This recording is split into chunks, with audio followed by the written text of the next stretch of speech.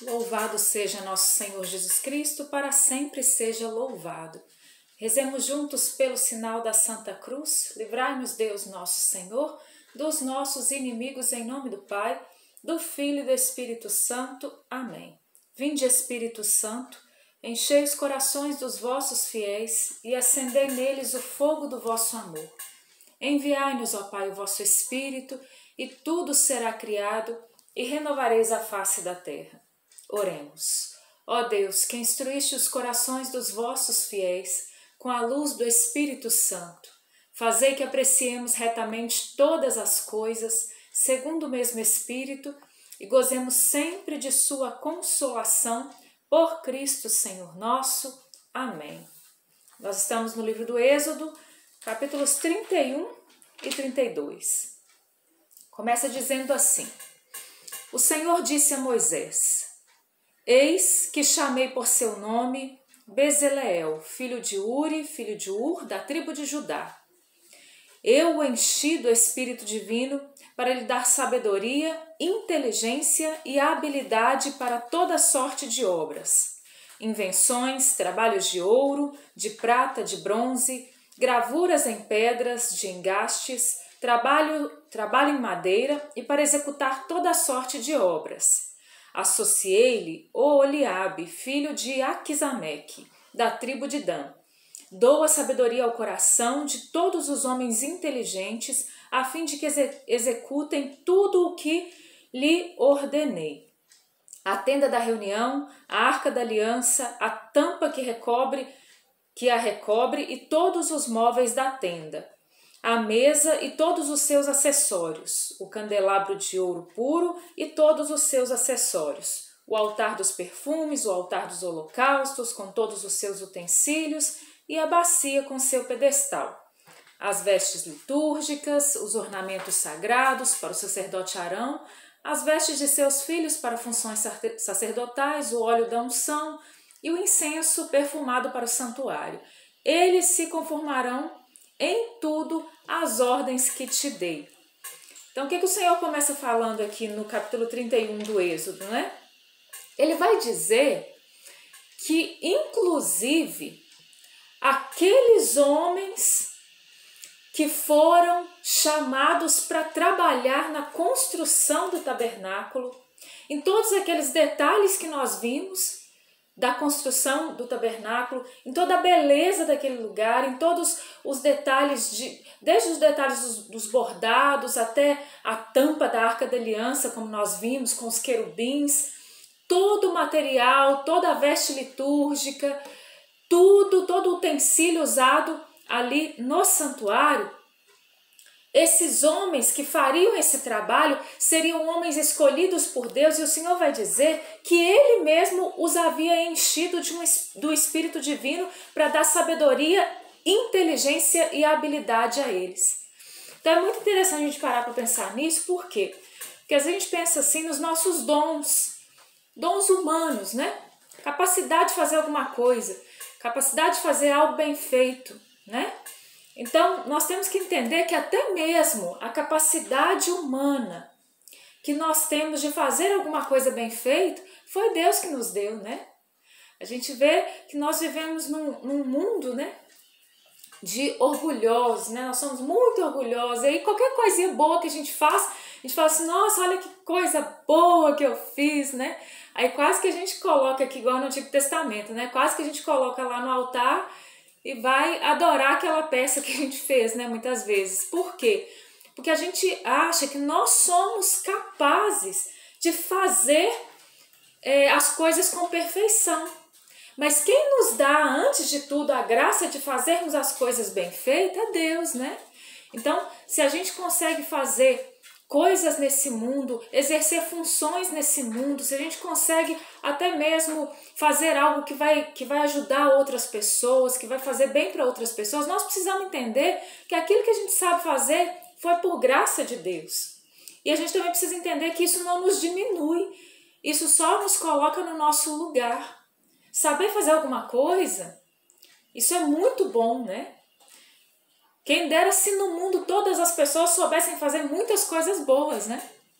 Porque, por exemplo, um pedreiro que constrói uma casa e constrói aquela casa bem construída, uma casa bem feita, né? As pessoas vão morar lá com segurança, vão ter lá, né, a comodidade necessária para aquela casa. Por quê? Porque houve alguém que soube construir, que edificou bem aquela casa, né? Mas aí, se todos os pedreiros aí não soubessem fazer coisa nenhuma, aí a casa durasse aí 5 anos e daí a pouco tá cheia de trinca, de rachadura e caísse, né?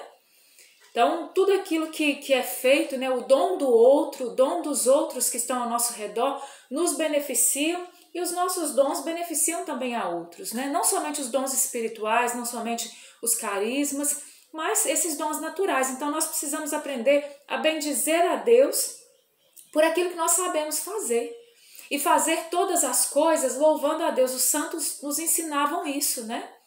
Que quando nós vamos trabalhando, quando nós vamos fazendo os nossos afazeres diários, aquilo que a gente vai executando ao longo do dia de tarefa, que a gente deve, junto com isso, ir louvando a Deus e agradecendo a Deus, né?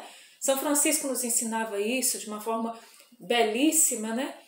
Essa forma de ir rezando a vida, de ir rezando aquilo que você vai fazendo, né? São Bento rezava a vida de uma forma magnífica, né?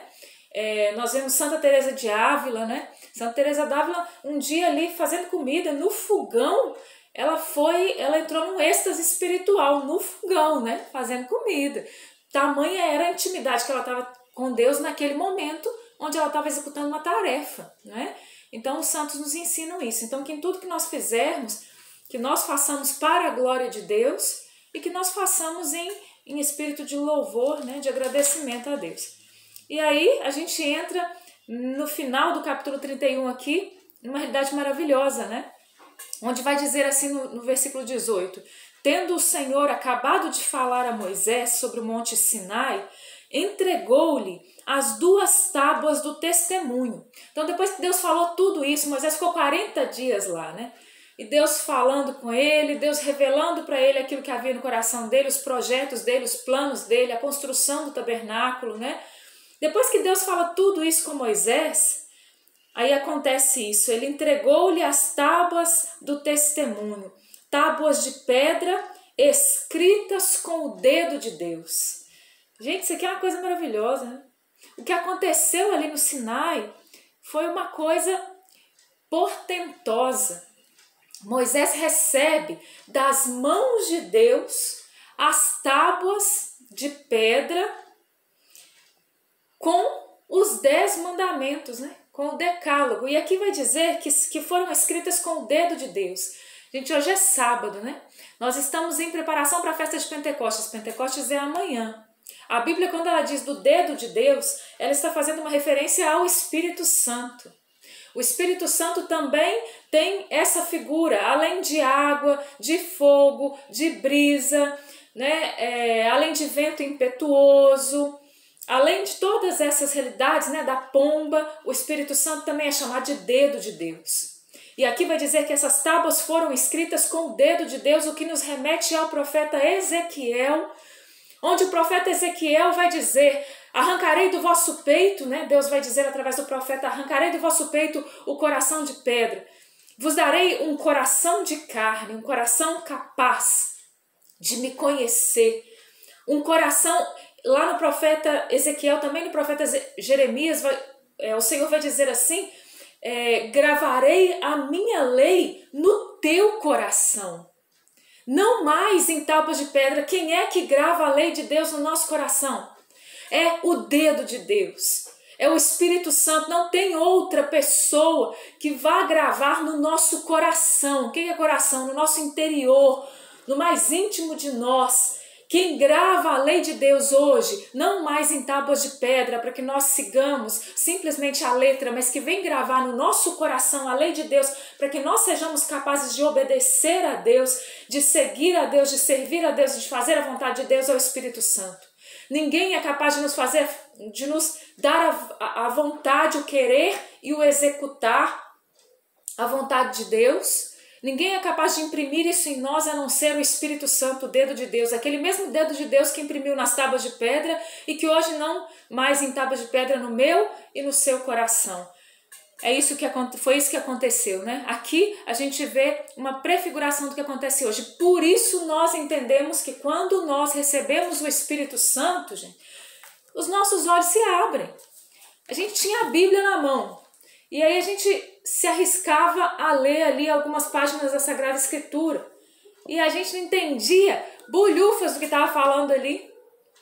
Eu lembro que eu, na minha juventude, né, bem jovenzinha, eu cismei de ler o Apocalipse. Nem na igreja eu ia direito. Aí eu li o Apocalipse com o dragão de não sei quantos chifres, o dragão assim, né? Aí aquela tanto de figura de linguagem do Apocalipse, falei, meu Deus do céu, o que é isso? Negócio mais doido, né? Mas a gente então recebe a graça do Espírito Santo, de um derramamento do Espírito Santo e de repente a palavra de Deus, ela se torna viva, Deus começa a falar com a gente através da palavra dele. Aquela palavra não é mais uma letra solta, mas ela é a palavra de Deus que fala ao nosso coração. Gente, isso é maravilhoso, né? É isso que o dedo de Deus faz, quando grava no nosso coração a lei dele, né?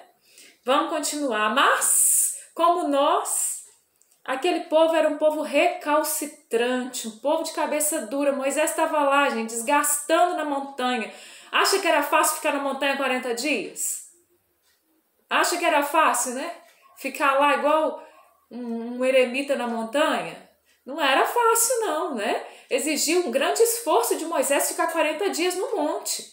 Moisés ficou por causa daquele povo de cabeça dura. Enquanto Moisés estava lá, eles falaram assim, capítulo 32. Arão, vem cá. Aquele tal de Moisés que tirou a gente do Egito, Arão, sumiu, desapareceu. Já tem quase 40 dias que o homem desapareceu por aí. Então ele tirou a gente do Egito e picou a mula. Então, Arão, nós precisamos de um Deus para caminhar à nossa frente. Faz um Deus para nós. Arão vai no capítulo 3 e Arão faz isso. Fala assim com o povo. No capítulo 2. Arão respondeu-lhes, tirai os brincos de ouro que estão nas orelhas de vossas mulheres, vossos filhos e vossas filhas, e trazei-me. Tiraram todos os brincos de ouro que tinham nas orelhas e os trouxeram a Arão, o qual, tomando-os em suas mãos, pôs o ouro em um molde e fez dele um bezerro de metal fundido. Então exclamaram, eis, ó Israel, teu Deus que te tirou do Egito, um bezerro de ouro. Gente, Moisés pagando um preço feio lá no monte e o povo se prostituindo com um bezerro de ouro. Lá embaixo, o povo traindo o seu Deus, falando diante de um bezerro de ouro que foi tirado das orelhas das mulheres deles, eis o Deus que te tirou do Egito, Israel. E o bendito Arão que fez isso, né? Arão, vendo isso, construiu um altar diante dele e exclamou, amanhã haverá uma festa em honra do Senhor. No dia seguinte, pela manhã, ofereceram holocaustos e sacrifícios pacíficos. O povo assentou-se para comer e beber e depois levantaram-se para se divertir. E aí, diante disso, o Senhor lá na montanha fala assim com Moisés.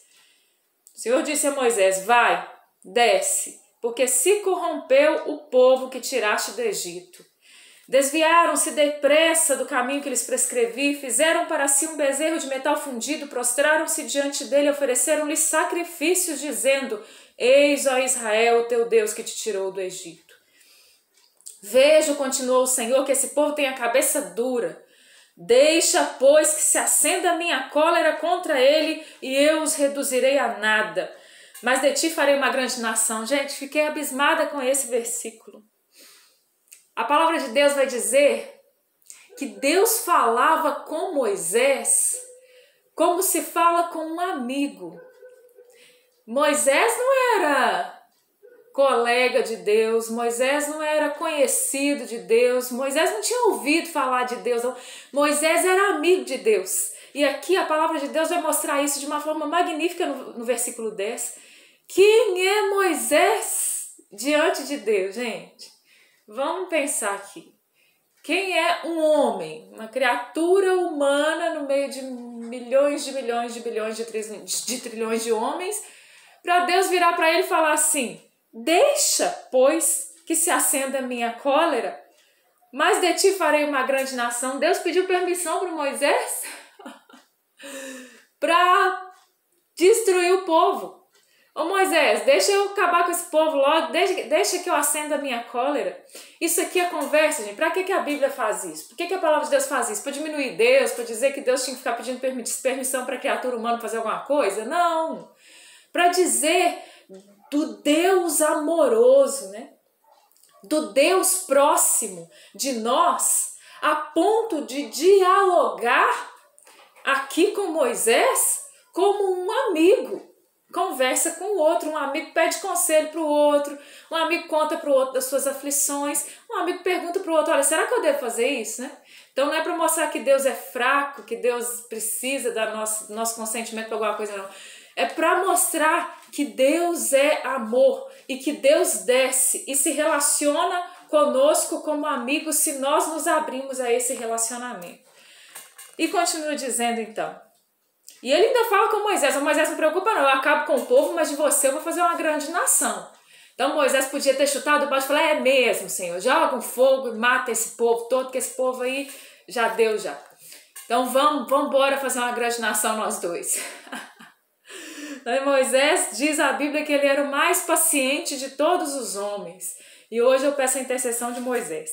Moisés tentou aplacar o Senhor, seu Deus, dizendo-lhe, por que, Senhor, se inflama a vossa ira contra o vosso povo que tiraste do Egito com o vosso poder e a força de vossa mão?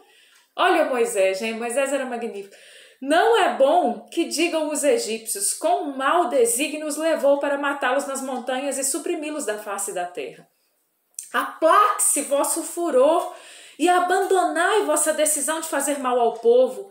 Lembrai-vos de Abraão, de Isaque, de Jacó, vossos servos, aos quais jurastes por vós mesmos de tomar sua posteridade tão numerosa como as estrelas do céu e de dar aos seus descendentes essa terra de que falastes como uma herança eterna. Então Moisés vira para o Senhor e fala, Senhor, não faz isso não. Faz isso não, sabe por quê, Senhor? O Senhor tirou o povo do Egito, o que o povo vai falar lá do Egito? Eles viram seus portentos e vai falar assim, lá, Deus tirou o povo do Egito, vai fazer o povo morrer agora. Lembra, Senhor, de Abraão? O Senhor falou com Abraão, Senhor. Falou com Isaac, falou com Moisés, o povo já está se tornando um povo numeroso. Vamos tentar fazer com esse povo mesmo? Vamos dar uma oportunidade para ver se nesse deserto aqui duro, se essas cabeças duras quebra, Senhor. Peraí, não mata todo mundo ainda não? Né? Olha só, e o Senhor se arrependeu das ameaças que tinha proferido contra o seu povo. A Bíblia traz uma linguagem humana para falar de Deus, porque a gente não vai falar de Deus com a linguagem divina, que a gente não é Deus, né? Então a Bíblia vai dizer que o Senhor se arrependeu das ameaças que tinha proferido contra o seu povo. Gente, o que seria de nós se não fossem os intercessores, hein? Seria de nós se não tivesse uma igreja orando nesse mundo? Seria de nós se não fossem homens e mulheres que estão postados na brecha 24 horas por dia intercedendo pela humanidade? O que seria da humanidade se não houvessem homens e mulheres postados na brecha, rezando o terço, o rosário, rezando novena, rezando... O que o povo está rezando aí?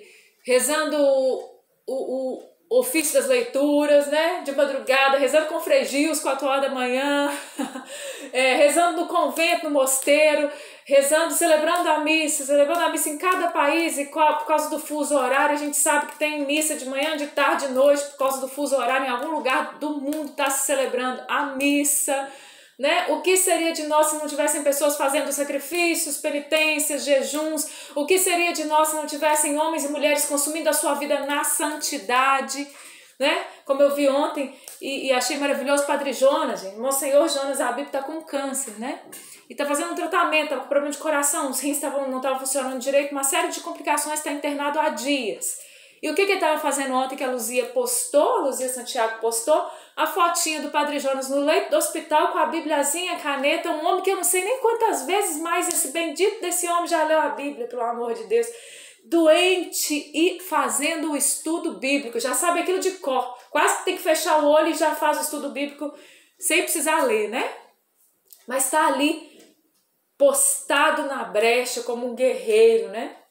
Então, se não fossem essas pessoas, gente, os Moisés que estão postados na brecha, já era para o mundo, né? Bendito seja Deus. Vamos continuar na palavra, que senão a gente nem consegue terminar. Continua a palavra, que eu já não sei onde é que eu parei. As consequências do pecado, vamos lá. Moisés desceu da montanha, mas Moisés era o mais paciente de toda a face da terra, mesmo assim ele não tinha tanta paciência assim não. Vamos ver o que aconteceu. Moisés desceu da montanha, segurando nas mãos as tábuas da lei, que estavam escritas dos dois lados sob uma e outra face. Eram obra de Deus, e a escritura nelas gravada era a escritura de Deus. Gente, que negócio era importante demais. Ouvindo o barulho que o povo fazia com suas aclamações, Josué disse a Moisés: há gritos de guerra no acampamento. Não, respondeu Moisés, não são gritos de vitória, nem gritos de derrota, o que ouço são cantos.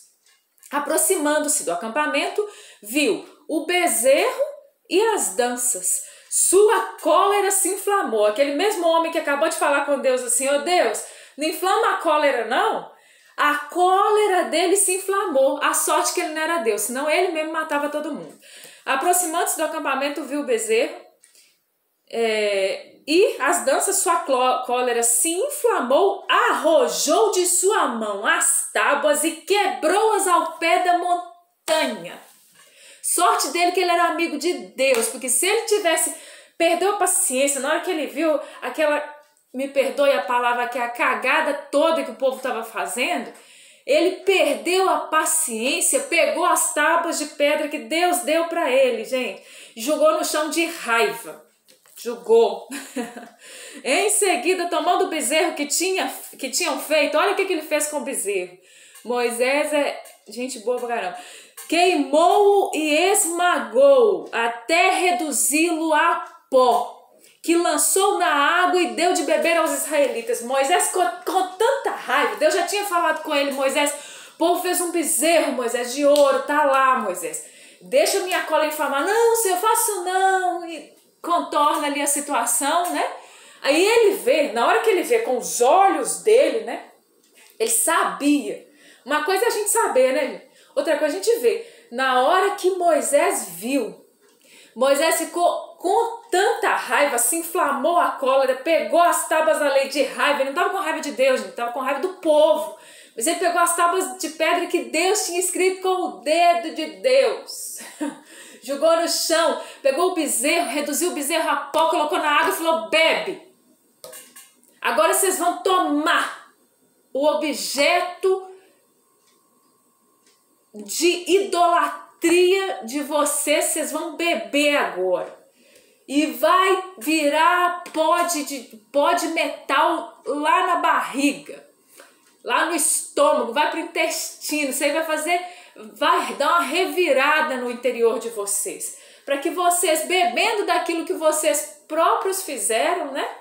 Para que vocês percebam a bobagem e a besteira que vocês estavam fazendo.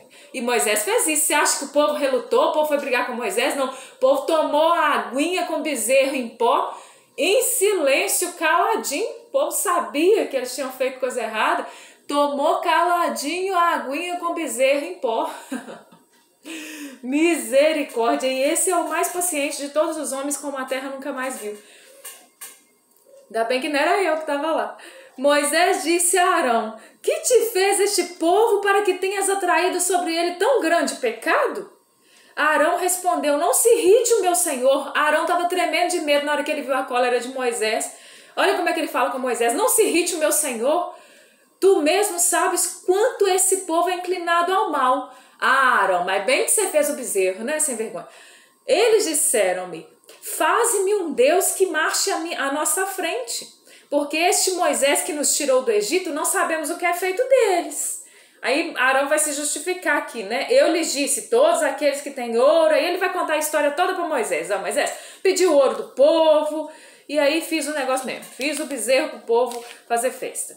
Moisés viu que esse povo estava desenfreado, porque Arão tinha lhe soltado as rédeas. Gente, um povo de rédea solta é um povo desenfreado. O povo hoje briga com a igreja, né? Ah, que a igreja não deixa fazer aborto. Ah, que a igreja é contra a eutanásia. Ah, que a igreja é contra casamento de pessoas do mesmo sexo. Ah, que a igreja é contra o sexo livre. Ah, o povo briga com a igreja. Ainda bem que a igreja, ela era assim, ela é assim, ela vai terminar o tempo dela nesse mundo sendo assim. Vai segurar as rédeas, porque solta a rédea do povo, gente, dá ruim demais. Então Arão soltou as rédeas, expondo-o assim à zombaria de seus adversários. Pôs-se de pé à entrada do acampamento e exclamou: venham a mim todos aqueles que são pelo Senhor. Todos os filhos de Levi se juntaram em torno dele. Então aqui vai falar que os filhos de Levi, na verdade, eles não compactuaram com aquilo que estava acontecendo. E aí dentro do contexto bíblico aqui, é dito então aos filhos de Levi: ó, vai lá e mata todo mundo. Passa a faca nesse povo que foi adorar o bezerro, né? Gente, linguagem do Antigo Testamento. A gente vê isso aqui e fala assim: ai meu Deus, então Deus tá querendo que saia matando todo mundo. Não é isso, né? Mas pra gente ver aquilo que o Novo Testamento diz, o salário do pecado é a morte, né? E no Antigo Testamento a gente vê a morte mesmo, né? A gente está falando aqui, o Novo Testamento vem esclarecer melhor essas coisas diante de nós para dizer, olha, o salário do pecado é a morte eterna. E venhamos e convenhamos que a morte eterna ela é muito pior do que a morte física, né? Nós estamos aí numa pandemia, a gente está morrendo de medo de morrer, né? Morrendo de medo de morrer. Redundante. Mas aquele medo de pegar o vírus, de internar e de morrer. Tem que ter medo mesmo, que a gente tem que cuidar da vida, né? Mas a gente tem mais medo de morrer, gente, de Covid, do que de ir pro inferno. Sabe por quê? No primeiro ali, 1, 2, 3 meses, né? Março, abril, maio, até junho do ano passado, no início da pandemia, o povo estava com muito medo, o povo não saía de casa, o povo até parou um tiquinho de pecar, eu acho. Eu acredito. Mas depois que o povo foi acostumando com o negócio, o povo continua com medo do vírus, mas não tem mais medo do pecado. Você reparou isso? O povo tem até medo do vírus, mas o povo não tem mais medo do pecado, porque para pecar eu arrumo um jeitinho, né? Então a gente tem que ter mais medo do pecado do que do vírus. Eu lembro que antes de morrer, aquele bispo, como o nome dele, meu Deus? Esqueci o nome do bispo agora, gente. Um que morreu aí. Depois eu lembro o nome dele, porque minha cabeça é péssima. Mas aí o bispo, eu lembro dele falando assim, gente, vocês estão com muito medo do Covid. Tem que ter medo de ir pro inferno. Ele morreu de Covid, gente, e o povo já está pedindo que ele seja santo súbito. Porque a vida de santidade dele era uma coisa fenomenal. Como é que eu esqueço o nome do bendito, gente? Mas tá bom. Então, e ele falava isso, né? Nesse vídeo dele, eu lembro. Ele falando assim, olha, nós precisamos nos cuidar, mas nós precisamos tomar mais cuidado da nossa alma. Porque morrer de todo jeito, um dia a gente vai mesmo. Mas a morte eterna a gente pode evitar, né? Então, quando vai dizer que os filhos de Levi então passaram aqui ao fio da espada do povo, para a gente pensar um pouco sobre isso. Lá no versículo 34 vai dizer, 33, o Senhor disse a Moisés, aquele que pecou contra mim, este apagarei do livro. Dom Henrique. É Dom Henrique, estão me soprando aqui. Dom Henrique, gente, pesquisa lá, Dom Henrique maravilhoso. Dom Henrique morreu. Morreu, mas está no paraíso, né? Tá ótimo. Então vamos lá, 33. O Senhor disse a Moisés, aquele que pecou contra mim, este apagarei do meu livro. Vai agora e conduze o povo aonde eu te disse. Meu anjo marchará diante de ti. Olha só o que vai dizer, gente. O Senhor disse a Moisés, aquele que pecou contra mim, este apagarei do meu livro. Apagarei do meu livro, gente? Não está falando de vida eterna, não. Está falando de vida eterna. Este que pecou contra mim, apagarei do meu livro. Que tristeza. Sabe como que eu imagino o livro da vida, gente? Eu não sei se você se comparando para pensar nisso, não. Mas a minha mente vai longe no livro da vida, né? E eu fico imaginando o livro da vida não como um livro assim estático, sabe? Sempre imaginei isso. Isso aí sou eu, Charlene, falando, viu, gente? Eu sempre imaginei o livro da vida assim. Como o livro da vida está na mão de Deus mesmo, então ele é uma coisa maravilhosa, né? Aquele livrão, primeiro, que eu imagino. Para escrever o nome de todo mundo naquele negócio lá tem que ser enorme, né? E aí eu imagino assim, chegou lá e escreveu, né? Meu nome lá, Charlene, maravilha. Escreveu meu nome lá, no livro da vida, né? Mas eu, pelas minhas opções, eu vou na contramão, na contramão, na contramão, na contramão. Aí eu vejo, sabe quando a gente vê nas histórias de conto de fada, que tem escrito lá e as letrinhas brilham assim e somem? Eu vejo isso no livro da vida, gente. Meu nome tá lá, Deus quer me salvar, Jesus já morreu no meu lugar, eu até comecei a caminhar com Deus, meu nome tá lá bonito no livro da vida, e eu vou na contramão, eu só vejo aquele nome sumindo do livro da vida, né? É o que Deus está falando aqui. Moisés, preocupa não. Esse povo, então, que foi na contramão, que não quer saber de mim e que fez essa bobagem toda aí, eu apagarei do livro. Tá escrito aqui, não tá não? Vai agora e conduze o povo aonde eu te disse. Meu anjo marchará diante de ti. Aí Deus pôs um ponto final na história aqui. Foram os levitas, mataram o povo lá. O resto do povo que sobrou, Deus falou assim, ó, Moisés, bola pra frente que não dá pra parar não. Vai agora e conduze o povo aonde eu te disse, Moisés. Vamos lá. Diz, e ele volta a dizer aquilo que ele falou nos capítulos anteriores. Meu anjo marchará diante de ti. Mas no dia da minha visita eu punirei o seu pecado. Né, o pecado do povo. Feriu o Senhor o povo por ter arrastado Arão a fabricar o bezerro. Amanhã a gente vai ver de uma forma mais explanada como é que vai acontecer o perdão do Senhor diante desse pecado do povo que atraiu a cólera divina, né? Mas é interessante, né? Interessante o bola pra frente de Deus aqui com Moisés. Deus havia prometido, olha, eu vou levar esse povo para uma terra que mana leite e mel, para a terra prometida por mim a Abraão, Isaque e Jacó. Deus fala assim, Moisés, preocupa não que o meu anjo vai marchar diante de você.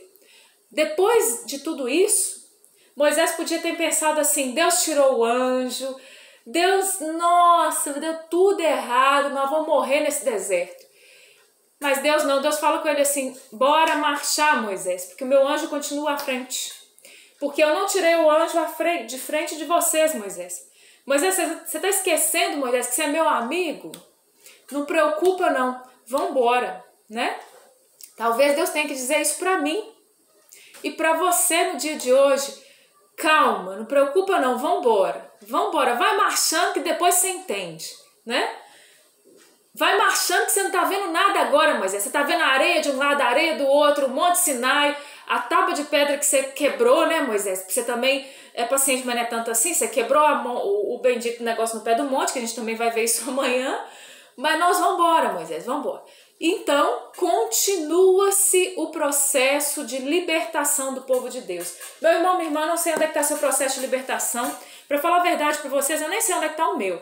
Mas vamos marchar, porque a vida precisa seguir no rumo certo. Nós precisamos ir para o céu. Mesmo se a gente chegar lá estrupiado, a gente precisa ir para lá.